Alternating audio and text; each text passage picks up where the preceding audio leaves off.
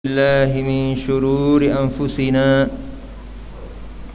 وسيئات أعمالنا من يهده الله فلا مضل له ومن يضلل فلا هادي له وأشهد أن لا إله إلا الله وحده لا شريك له وأشهد أن محمدا عبده ورسوله لا نبي بعده اللهم صل وسلم على نبينا محمد وعلى آله وصحبه أجمعين أما بعد. Jemaah sekalian rahimakumullah, terlebih dahulu mari kita bersyukur kepada Allah Subhanahu wa taala yang masih terus mencerahkan nikmat dan karunia-Nya kepada kita semua, walaupun Ia mengetahui segala keburukan kita, segala dosa dan maksiat kita. Maka tentunya kita mohon kepada Allah, semoga Allah Subhanahu wa taala memberikan kita juga hidayah dan taufik agar kita bisa menjadi hamba-hambanya yang pandai bersyukur, pandai bersabar dan selalu beristighfar. Kemudian salawat dan salam semoga selalu tercurahkan kepada Nabi kita Muhammad sallallahu alaihi wasallam, juga kepada keluarga beliau, para sahabat beliau, dan orang-orang yang mengikuti petunjuk beliau dengan baik hingga hari kiamat nanti. Jemaah sekalian rahimakumullah, saya minta izin ini pakai masker karena bukan flu nih, bukan batuk juga, karena ada aksiden ya, jadi gigi saya cabut tadi pagi itu, jadi ini tanda-tanda sudah mendekati ajal. Nggih, jadi mohon maaf nggih, mudah-mudahan tidak mengganggu kajian kita. Jemaah sekalian rahimakumullah, pada pertemuan yang telah lalu kita sudah membahas bagaimana ya, agar kita menjadi orang yang dicintai oleh Allah Subhanahu wa taala sekaligus dicintai oleh manusia. Jadi tentunya dua hal ini menjadi sesuatu yang kalau memang bisa digabungkan, kita gabungkan. Ya, kecintaan Allah dan kecintaan makhluk.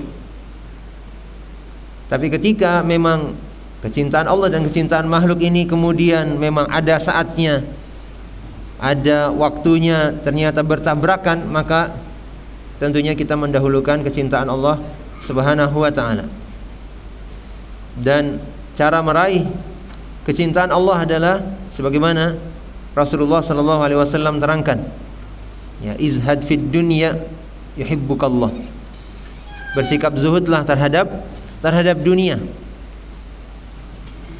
Bersikap zuhudlah terhadap dunia. Maka Allah Subhanahu wa taala akan mencintai kita. Sebab apa? Sebab memang Allah menginginkan kita mendapatkan sesuatu yang lebih baik dari sekedar dunia yang di mata Allah ini tidak ada nilainya, walaupun hanya sesayap lalat atau sesayap nyamuk. Bahkan tidak ada nilainya walaupun ya, atau diumpamakan seperti seonggok bangkai kambing. Allah menginginkan kita mendapatkan sesuatu yang lebih baik. Maka jemaah sekalian rahimakumullah, apabila ada hamba-hambanya yang justru diperbudak oleh dunia, maka sungguhnya dia telah berpaling dari sesuatu yang lebih baik yang sudah Allah siapkan, dan tentunya dia tidak akan mendapatkan kecintaan Allah. Kemudian di antara cara kita mendapatkan kecintaan makhluk adalah dengan bersikap zuhud terhadap apa yang ada di tangan mereka, terhadap apa yang mereka miliki. Ya. Tidak punya kepentingan terhadap apa yang di tangan orang lain. Nah, ini jemaah sekalian rahimakumullah. Ya. Ini salah satu cara kita mendapatkan kecintaan makhluk. Sebab kalau kita sudah bahasa pepatah ya, ada udang di balik batu. Ya. Kita membantu orang lain karena suatu pamrih. Ya, tentu itu akan membuat seseorang menganggap atau memandang kita ya rendah. Ya. Karena ternyata kebaikannya selama ini, dia mungkin akan berpikir, oh ternyata dia selama ini hanya pengen uang saya, pengen apa segala macam. Nah ini suatu jamaah. Kalau makhluk prinsipnya begitu. Kalau kita minta bantuan ya kepada makhluk, maka ya lama kelamaan mereka akan nggak suka sama kita. Berbeda dengan Allah Subhanahu Wa Taala. Allah kalau tidak diminta justru malah marah. Allah murka kepada hamba-hambanya yang tidak pernah minta kepadanya. Semakin seorang hamba banyak meminta kepada Allah, banyak merendahkan diri kepada Allah, maka hamba ini akan menjadi mulia di sisi Allah Subhanahu Wa Taala. Karena memang itu adalah hakikat dirinya, hakikat sejati dirinya, fakir dan butuh kepada Allah. Sedangkan terhadap makhluk, maka jamaah sekalian rahimakumullah, minimal kita setara. Dan menjadi setara ini bagaimana jemaah sekalian rahimakumullah? Menjadi setara adalah ketika kita tidak butuh kepada orang lain. Ya, tidak butuh kepada orang lain di sini maksudnya memang dalam hal-hal yang memang ya sifatnya sekunder. Kalau dalam keadaan kita darurat, ya. Misalkan saya tadi copot udah goyang gigi saya, tidak nyaman. Terus kemudian saya nggak butuh ke dokter, ya ini keliru. Ya. Maksudnya tidak butuh kepada orang lain dalam perkara-perkara yang sekunder. Memang bukan sesuatu yang darurat. Ya.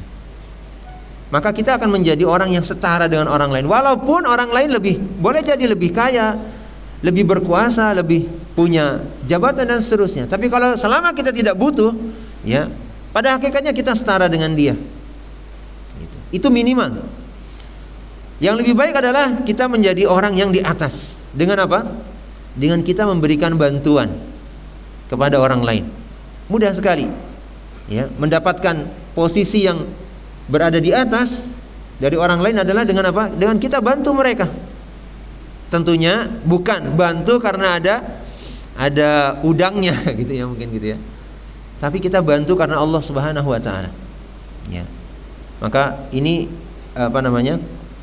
kaidah yang perlu kita perhatikan.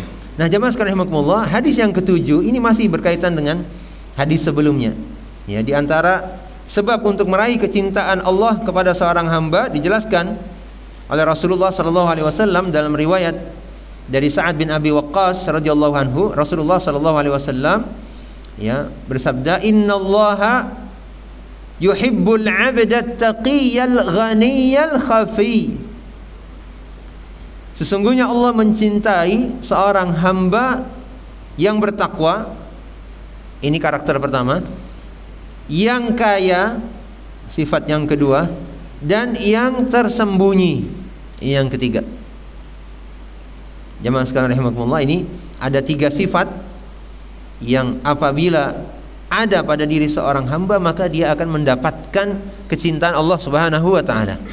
Dan sebelumnya kita bahas 3 sifat ini, kita perlu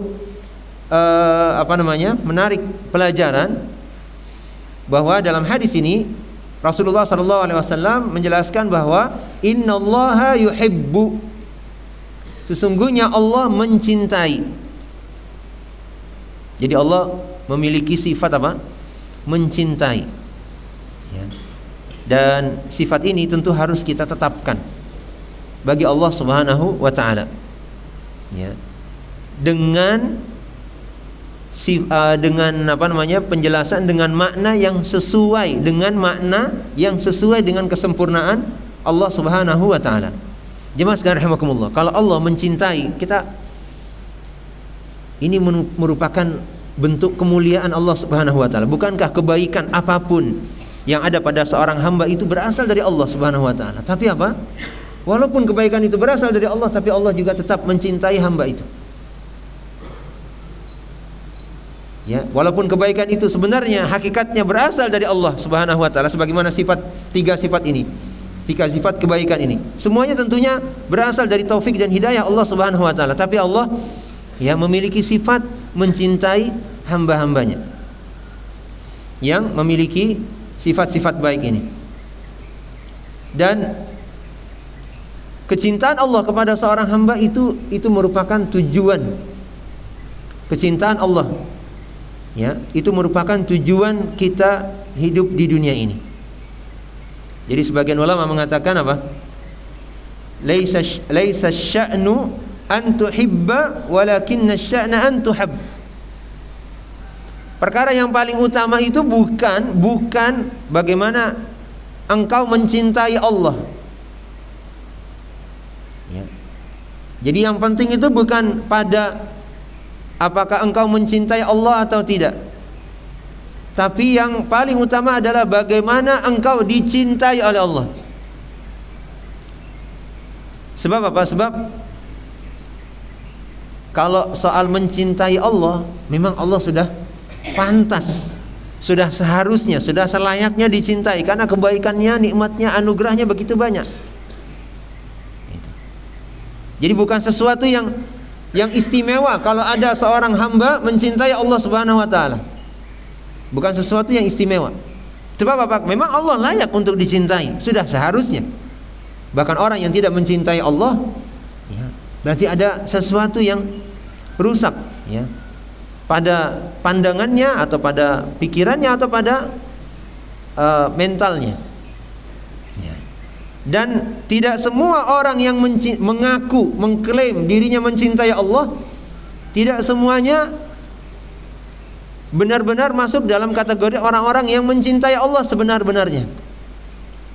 Sebab apa? Sebab bahkan ada sebuah ayat di dalam Al-Quran yang dijadikan sebagai tolak ukur, ya. Disampaikan kepada Rasulullah sallallahu alaihi wasallam apa? Firman Allah Subhanahu wa taala, "Qul in kuntum tuhibbunallaha fattabi'uni." Katakanlah wahai Muhammad, kalau kalian benar-benar mencintai Allah, maka ikuti aku. Tidak cuma apa? Klaim kosong, ya. Atau apa bahasanya? Dakwah farigah. Ya.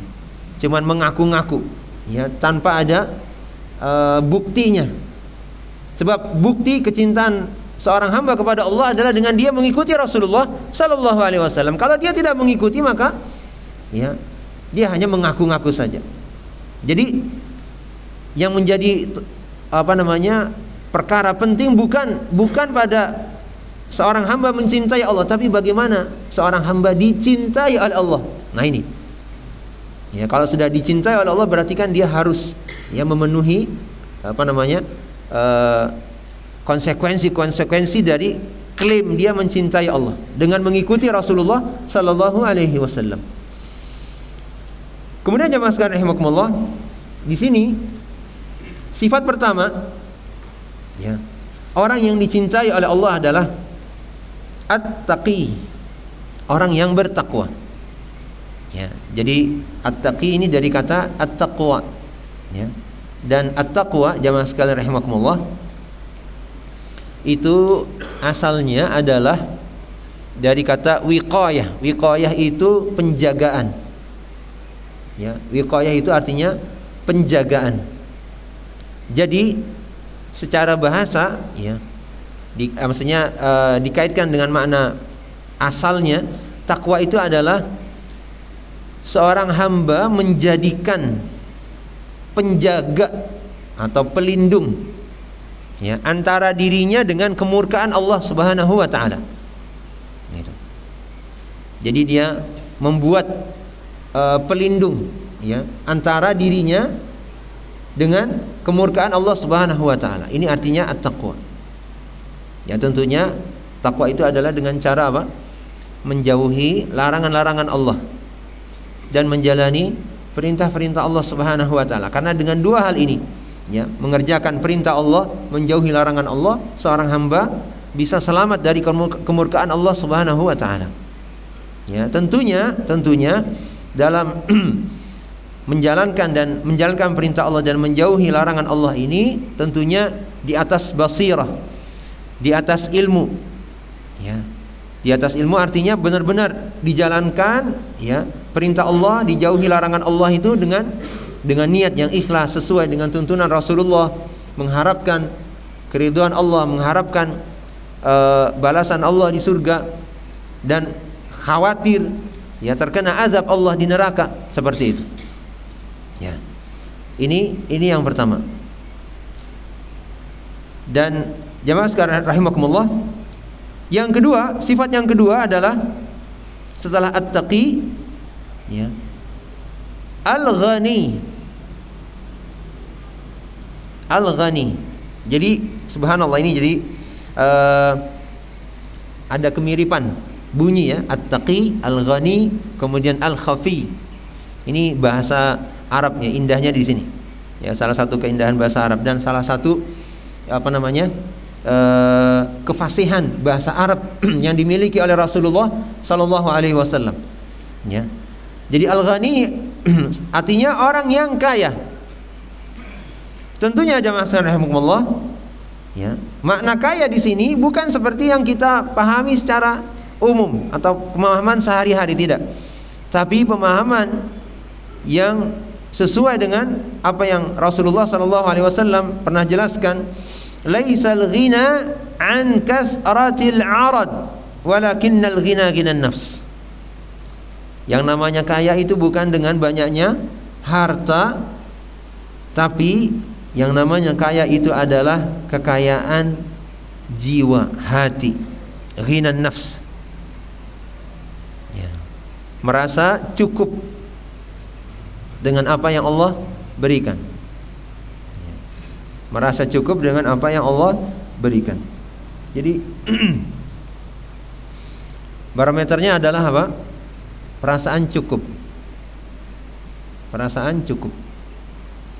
Jadi tidak mesti orang yang banyak duitnya itu merasa cukup. Ya, boleh jadi kita lihat orang ya begitu melimpah hartanya, tapi ternyata hatinya tidak merasa cukup dengan apa yang dia miliki, maka sesungguhnya dia adalah seorang yang fakir. Dan boleh jadi kita melihat seorang yang begitu memprihatinkan keadaannya,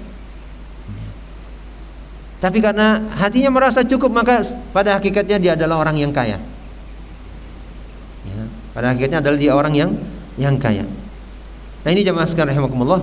Dan Rasulullah sallallahu alaihi wasallam juga pernah bersabda, wa man yastaghni yughnihillah. Barang siapa yang berusaha untuk merasa cukup, maka Allah akan mencukupkan dirinya. Ini artinya jamaah rahimakumullah ya, harus ada upaya dari diri kita ya untuk mencukupkan diri dengan apa yang Allah berikan ya. Dan tentunya ini berkonsekuensi kita harus menjaga yang namanya keinginan kita ya, karena kan beda antara keinginan dan kebutuhan, kan begitu. Kalau keinginan ini bisa macam-macam, tapi kalau kita pikirkan sebenarnya kita butuh nggak sih gitu ya. Sebenarnya kita butuh nggak sih? Kalau sebenarnya ternyata tidak butuh banget, maka kita harus rem ya keinginan kita ini ya, dengan apa? Dia sudah cukup. Apa yang Allah berikan kepada kita rasakan sebagai sesuatu yang sudah mencukupi. Maka kalau seperti itu kita akan dibantu oleh Allah, sehingga Allah pun akan mencukupkan kita. Dan hadis ini jamaah sekalian rahimakumullah diletakkan di dalam bab zuhud dan wara, tentunya memiliki kaitan dengan hadis sebelumnya. Jadi al-ghani di sini adalah orang yang kaya, yang merasa cukup sehingga dia tidak minta-minta sesuatu yang ya sifatnya sekunder kepada orang lain. Ya. Dia tidak mencari-cari ya menginginkan apa yang ada di tangan orang lain. Ya. Ini diantara apa? Diantara makna atau kesimpulan pelajaran yang bisa kita tarik. Kenapa? Pengarang kitab ini meletakkan hadis ini di dalam bab zuhud dan wara. Jadi al-ghani di sini adalah Orang yang sudah mencukupkan diri dengan apa yang Allah berikan pada dirinya, sehingga dia tidak apa? Tidak mencari-cari, melihat-lihat atau membanding-bandingkan keadaan dirinya dengan keadaan orang lain. Sebab ada pepatah apa? Rumput tetangga selalu kelihatan lebih hijau daripada rumput ya rumahnya sendiri. Seperti itu. Kemudian jamaah sekalian rahimakumullah, sifat yang ketiga adalah al-khafi. Al-khafi di dalam satu riwayat ya digunakan redaksi al-khafi pakai kha. Ya, kha itu ada titiknya. Dalam redaksi lain, dalam riwayat lain digunakan redaksi al-hafi. Tidak ada titiknya, pakai ha. Nah, ini ada maknanya masing-masing. Nah, al-khafi artinya yang tersembunyi. Artinya yang tersembunyi. Maksudnya adalah seorang yang menyembunyikan dirinya dari pandangan orang lain. Menyembunyikan dirinya, menjauhkan dirinya dari pandangan orang lain. Ini salah satu sifat yang tantangannya di zaman ini cukup besar, jemaah. Karena apa? Karena sekarang kita bisa dengan sangat mudah kita bisa mengekspos apa saja kehidupan pribadi kita ke medsos. Tinggal foto upload, nah video upload. Ini sesuatu yang tantangannya tentu sangat berat. Karena apa? Karena memang kita punya ya kecenderungan. Nah, karena kita makhluk sosial. Kita makhluk sosial. Ya, ada kebutuhan psikis yang kita miliki dengan apa? Dengan senang kalau diperhatikan, senang kalau disukai, senang kalau dicintai orang lain. Ya tentunya kebutuhan ini tentunya harus dipenuhi dalam batas-batas yang wajar. Ya sebagaimana kalau kita butuh makan itu harus ada batasan-batasannya. Tapi yang namanya kebutuhan psikis ini ya subhanallah, kalau perut itu ada volumenya ya. Perut kita itu ada volumenya karena memang dia fisik, ada bendanya. Kalau sudah kebanyakan itu bisa sakit. Kalau psikis ini nggak ada volumenya. Orang punya follower udah ribuan, bahkan mungkin sampai jutaan, dia akan merasa masih kurang aja itu. Ya, masih kurang aja itu. Ya, jadi nggak ada volumenya. Maka jemaah sekalian rahimakumullah, di sini ya, sifat yang terpuji adalah ketika seorang menjauhkan diri dari pandangan manusia. Karena jemaah sekalian rahimakumullah, ya, para ulama, ya, para salaf kita terdahulu, mereka tahu betul bahwa semakin sebuah amalan saleh itu benar-benar tersembunyi, ya, maka semakin tinggi nilainya di sisi Allah. Kenapa? Karena semakin aman dari apa?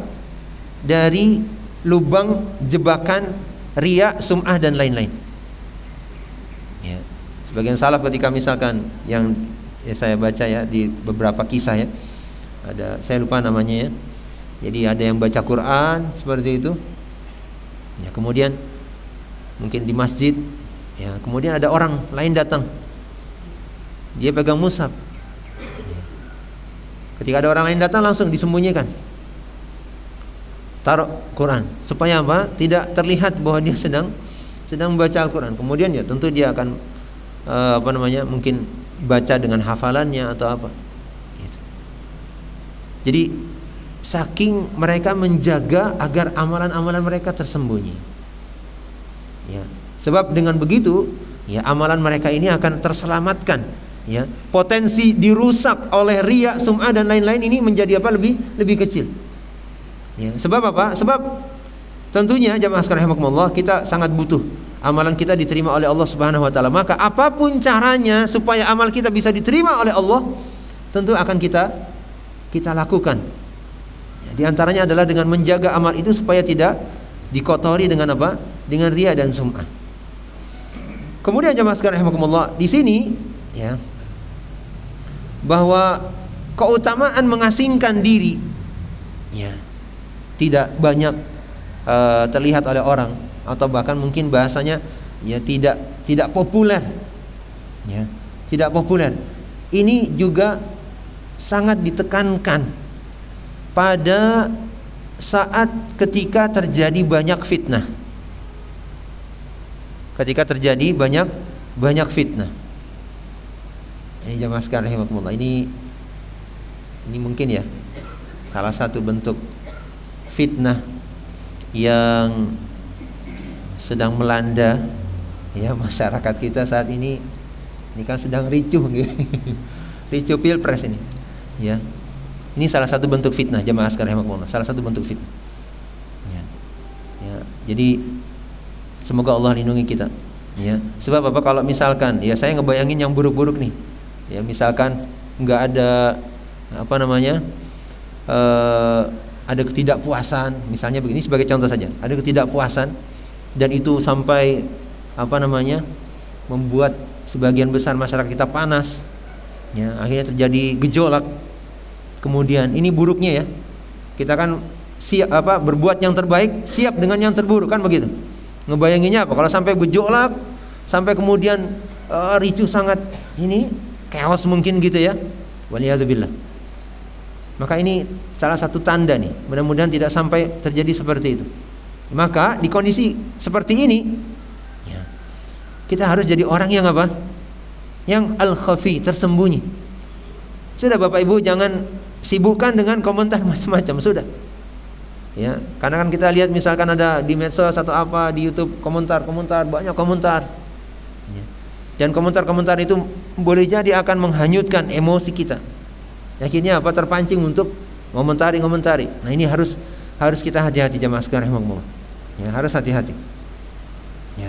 Karena kalau sudah emosi bermain, maka akal sehat akan apa? Akal sehat akan apa? Akan lemah. Ya, akan lemah. Ya. Dan tentunya apapun, ya. Prinsipnya begini, jamaah sekalian rahimakumullah. Kalau ada ya, pemimpin yang zalim, maka sebenarnya itu masih lebih baik daripada kondisi tidak ada pemimpin. Ini sangat sering sekali dijelaskan oleh para ulama Ahlus Sunnah. Pemimpin yang zalim itu masih lebih baik daripada kondisi tidak ada pemimpin. Ya. Dan kita harus bersiap. Kenapa? Karena Rasulullah SAW pernah menjelaskan bahwa tidak ada suatu zaman melainkan zaman berikutnya itu akan lebih buruk dari zaman sebelumnya. Oleh karena itu, ya, Rasulullah SAW juga pernah ya menyatakan al-ibadatu fil harji kahijratin ilaih. Bahwasanya ibadah di masa-masa fitnah itu seperti hijrah kepadaku, seperti pahala hijrah ke Madinah. Sebab apa? Sebab ketika orang sudah terkontaminasi dengan fitnah, ya, maka dia akan sibuk untuk apa? Membela kepentingan pribadinya, kelompoknya dan seterusnya, sehingga dia tidak lagi disibukkan dengan ibadah kepada Allah. Ya. Sudah tidak lagi disibukkan dengan ibadah kepada Allah, sulit sekali. Oleh karena itu ibadah di masa-masa seperti ini, ya, ketika godaannya begitu dahsyat, orang ingin membela kepentingan pribadinya atau golongannya, ya, maka ibadah seperti ini nilainya, pahalanya di sisi Allah semakin besar. Semakin besar. Nah, ini jadi ini makna al-khafi. Kemudian tentunya jamaah sekalian rahimakumullah, kalau ini kan maknanya tersembunyi, tidak populer. Kalau ternyata misalkan ya dalam kondisi kita berusaha beramal soleh, kemudian misalkan ya kita bersedekah atau apa, kemudian ternyata ada yang video, kemudian diupload, akhirnya viral. Kan pernah itu ya jemaah sekalian rahimakumullah. Jadi ada ini viral di Saudi kalau nggak salah waktu itu ya. Jadi ada tukang gembala kambing. Ya, itu kan gembalanya ya namanya Saudi kan masih banyak padang pasir gitu, gersang. Ya mungkin ada sebagian tempat yang memang masih ada rumput-rumputnya. Nah, ini pengembala ini sudah tua, orang Yaman asalnya. Jadi dia pengembala gitu, punya kambing-kambing punya majikannya. Nah, ada anak muda lewat pakai mobil bagus gitu ya. Kemudian melewati si bapak ini, tukang gembala ini. Kemudian minta Ya. Bahasanya gitu ya. Ya, Syekh, ini gimana kalau saya minta 1 kambing? Saya beli kambing jenengan ya, harganya sekian real. Ya. Dengan ya, nilai yang cukup tinggi gitu. Oh, nggak mau, saya nggak mau. Ini bukan punya saya, ini punya majikan saya nggak bisa sembarangan ngejual. 1 aja kan udah banyak nih kambing ini. Kalau cuma 1 aja dia nggak akan tahu gitu kan, banyak sekian banyak. Nggak mau. Akhirnya ditambah lagi nilainya, nominalnya. Itu. Dengan jumlah yang apa? Masya Allah ya, saya lupa ininya. Dan percakapan itu divideokan. Yang satu temennya nanya gitu, yang satu lagi videokan. Ya. Jawabannya apa? Subhanallah, saya nggak mau. Kalau saya kasih ente ini, nanti gimana saya di alam kubur? Ditanya sama Allah. Gitu. Ucapannya begitu. Gimana nanti saya di alam kubur? Saya akan disiksa ini, karena nggak amanah begini. Tetap digoda sama pemuda itu, tapi dia tetap apa? Tetap kokoh dengan apa? Dengan keimanannya. Subhanallah. Ya, seorang tukang gembala. Ya, bukan seorang alim, bukan, tapi seorang tukang gembala. Allah lihat saya sekarang ini. Bahasa-bahasa keimanan seperti itu, Masya Allah. Nah, itu diunggah jemaah sekalian rahimakumullah, diunggah. Ya, di medsos di Saudi itu. Viral. Ya, viral. Ya, orang seperti ini tentunya ya, dia awalnya nggak pengen populer, tapi kemudian qadarullah ya viral. Maka tentunya jelas ini tidak sesuatu yang tidak mengapa. Sebagaimana ada seorang laki-laki bertanya ya kepada Rasulullah sallallahu alaihi wasallam, "Ara'aita ar-rajula ya'malu al-'amala min al-khairi wa yahmaduhu an-nasu 'alaihi?" Ya Rasulullah, bagaimana menurut Anda apabila seorang mengerjakan amal kebajikan lalu orang-orang memujinya atas amalan itu? Ya, dipuji orang lain. Maka kata Rasulullah sallallahu alaihi wasallam, "Tilka ajilu busyral mu'min." Itu adalah kabar gembira yang disegerakan bagi seorang mukmin. Ya. Kabar gembira yang disegerakan bagi seorang mukmin. Jadi yang jelas orientasinya kita bukan pujian manusia. Ya, seperti itu. Nah, ini bacaan al-khafi dengan kha. Sedangkan al-hafi ya dengan ha maknanya adalah sebagaimana dijelaskan oleh para ulama, al-wasulu lirrahim al-latifu bihim wa bighairihim minad du'afa. Jadi al-hafi itu orang yang selalu menyambung silaturahmi dengan kerabatnya. Ya. Dia punya perhatian dengan kerabat-kerabatnya. Ya, kita sudah jelaskan ya kemarin ya, makna kerabat itu apa? Ya, salah satunya adalah yang paling kuat di sini adalah orang yang memang punya hubungan mahram. Ya, punya hubungan mahram dengan kita. Ini diperhatikan. Ya. Kemudian juga orang yang bersikap lemah lembut ya kepada orang lain, terutama dari kalangan du'afa. Orang-orang du'afa, orang-orang yang lemah. Ya. Ini makna al-hafi. Ya. Dari apa makna al-hafi? Maka di sini jamaah sekalian rahimakumullah, 3 sifat ini. Pertama, ya sungguhnya Allah mencintai orang yang taqi, ya bertakwa kepada Allah Subhanahu wa taala. Kemudian orang yang ghani, orang yang cukup, merasa cukup sehingga dia tidak meminta-minta kepada orang lain.